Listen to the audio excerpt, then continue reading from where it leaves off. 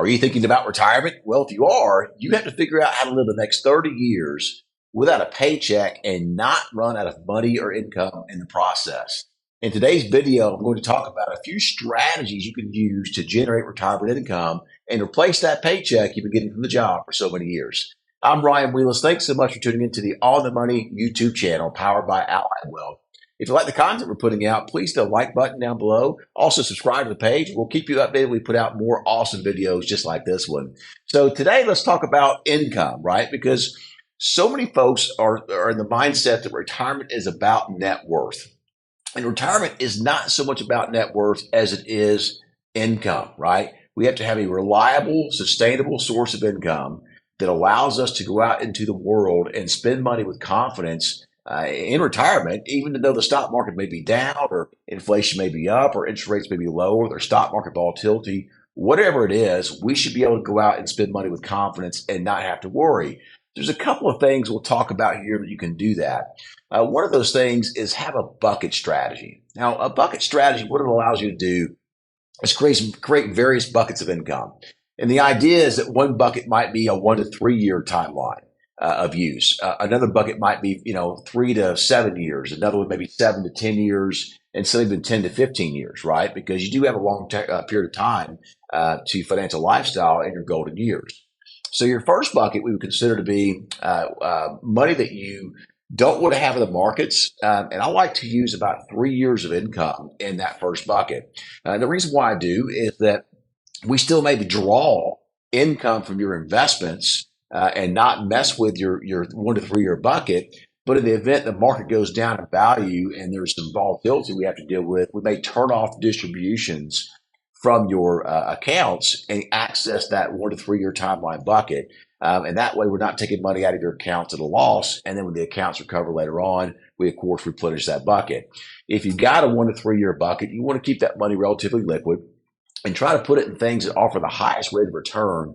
But we have to understand that the amount of money that we're going to earn on those is not going to be great. And unfortunately, that's the cost of maintaining liquid assets today in today's world. Getting a little bit better as rates move up some, but still it's a cost. So consider the bucket strategy. Next thing is the bucket strategy with the middle of the road money kind of timeline. You might do some stocks and some bonds, some mutual funds. Longer stuff, you might do some deferred annuities and that sort of thing. So certainly some ideas you can have there. Also, another thing to consider for retirement income is have a dynamic spending plan. So I hear a lot of people say, well, I'm going to do, the 4% rule. Well, you got to be careful with that because if you're always taking out 4% and the stock market's very, very bad, right, you might want to ratchet down the distributions in that down stock market and go to that first bucket of 1 to 3 year money and draw from it. And also, if the stock market's really good, you may give yourself a pay raise and take out 6 or 7%, spend some more money, have some more fun. Of course, that's what we're here to do in retirement. And also use that extra 6 or 7% to replenish your other buckets of money, meaning your shorter term 1 to 3 year cash bucket. So a strategy there you could use as well. Annuities are a great source of retirement income. When you look at your expense needs in retirement, you're going to have what we call non-discretionary expenses. And that's food, water, shelter, clothing, access to health care, transportation, medicine, that sort of thing. And so all of those expenses really have to be covered to have any quality of life in your golden years whatsoever. And when I ask people this question, I say, okay, let's just assume that you've got, a $60,000 demand for non-discretionary expenses, and maybe you've got $30,000 a year coming in from Social Security. So we have what we call a non-discretionary income gap of another $30,000, right?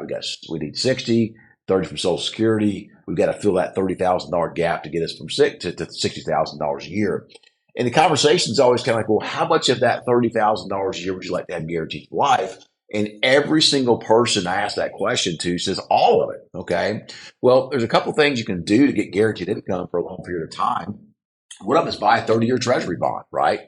You put some money in a 30-year treasury bond, you get interest every single year for 30 years. It's backed up by the government. And at the end of that 30-year period, you can get your money back and you have gotten all of your interest payments, and you can redeploy that capital at a later point in time. And that's certainly a viable option. Another way you can do it are income-based annuities. If you're going to use an income-based annuity, make sure it's got an exit strategy on it. I'm a big fan of annuities with exit strategies. Okay. And so what you want to do is evaluate, all right, what's the least amount of money I have to put into an annuity to get my income gap met to cover my non-discretionary expenses versus how much money would I have to put into a 30-year treasury bond to make that work.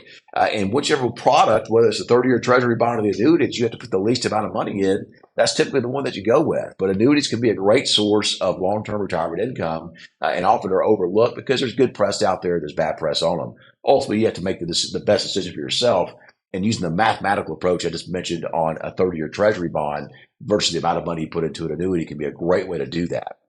Maximizing Social Security.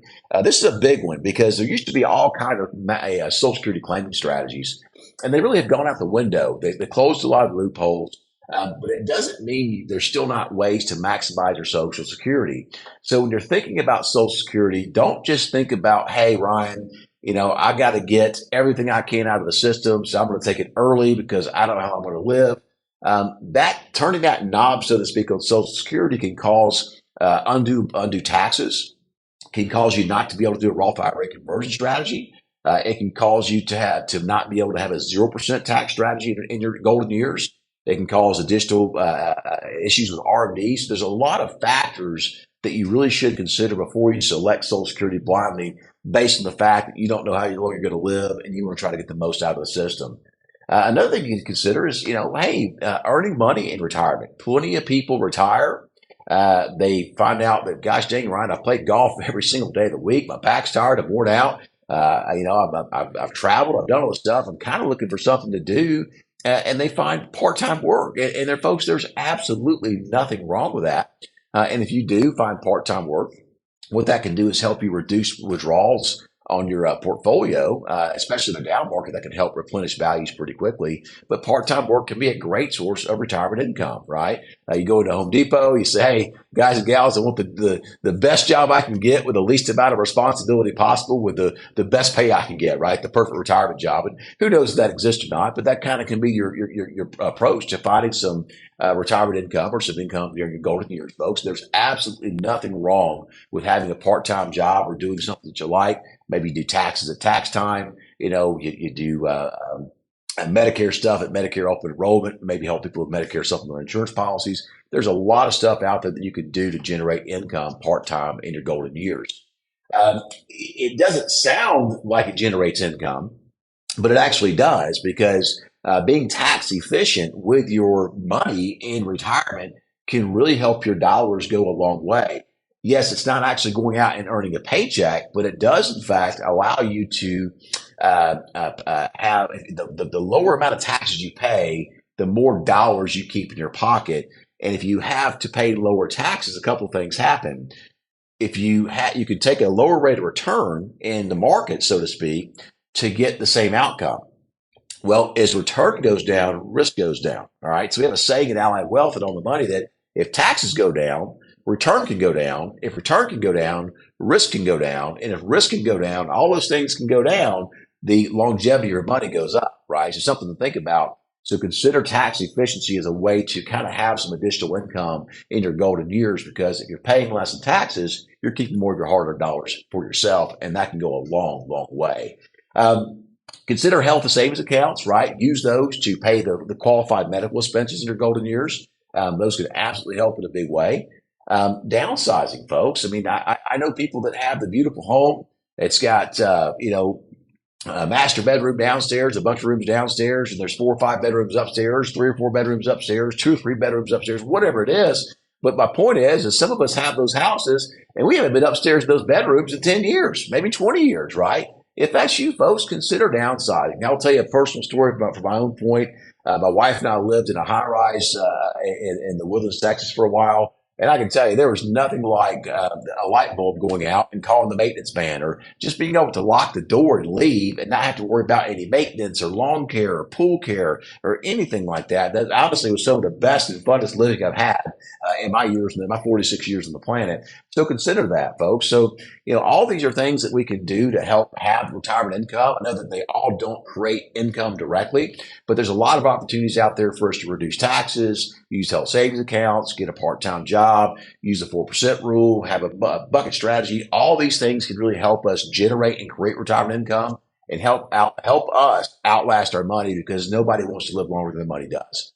I'm Brian Wheelis. As always, I want to thank you so much for tuning into the channel. If you like the content we're putting out, hit the like button down below. Hit the subscribe button as well. Oh, feel free to comment too, folks. I do take time to return the comments, as long as they're obviously not some crazy ones we see from these bots sometimes. But feel free to comment below.